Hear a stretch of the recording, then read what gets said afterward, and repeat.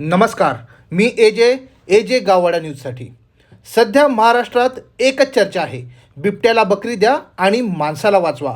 आज आपल्यासोबत आहे ती खास भाग्यवान बकरी, जिची निवड सरकारने बिबट्यासाठी शासकीय जेवण म्हणून केली आहे. तर कमळीताई, कसं वाटतंय? तुमची निवड थेट बिबट्याच्या ताटासाठी झालंय. काय प्रतिक्रिया आहे तुमची? हे बघा, फिलिंग्स तर खूप मिक्स आहेत. पण आधी काय असायचं की आम्हाला असायची खाटकांची भीती फक्त. पण आता असं झालं आहे की आम्ही झालो आहे स्टेट गेस्ट.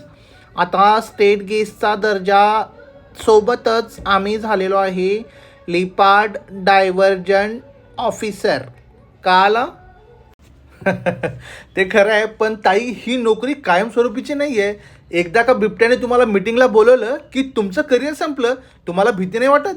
छे हो, सरकारचं GR वाचला नाही का तुम्ही?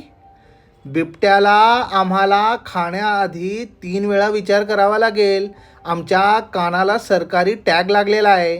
जर त्याने आमची शिकार केली तर त्याच्यावर सरकारी मालमत्तेचं नुकसान म्हणून खटला दाखल होऊ शकतो. सरकार म्हणतंय यामुळं बिबट्या शहरात येणार नाही. तुम्हाला काय वाटतं? हे बघा, हा सगळा फ्री होम डिलिव्हरीचा प्रकार आहे. आधी बिबट्याला अन्नाच्या शोधात पुण्यात सोसायट्यांमध्ये यावं लागायचं. आता सरकारने होम डिलिव्हरीमार्फत आम्हाला डायरेक्ट जंगलात पाठवलं आहे. तर बिबट्यासाठी जणू आम्ही चालते फिरते झोमॅटोच नाही का, फक्त आम्हाला डिस्काउंट तेवढा मिळायला हवा. शेवटचा प्रश्न, तुमच्या कुटुंबाला काही निरोप द्यायचा आहे? हो, माझ्या घरी सांगा, आता तुमची लेक जाणार आहे आणि बिबट्या दादांना तेवढं सांगा, आम्हाला खाण्याच्या आधी चांगलं चटणी मीठ लावून खावा. काही केलं तरी शेवटी सरकारी माल, थोडीशी चव कमीच असणार.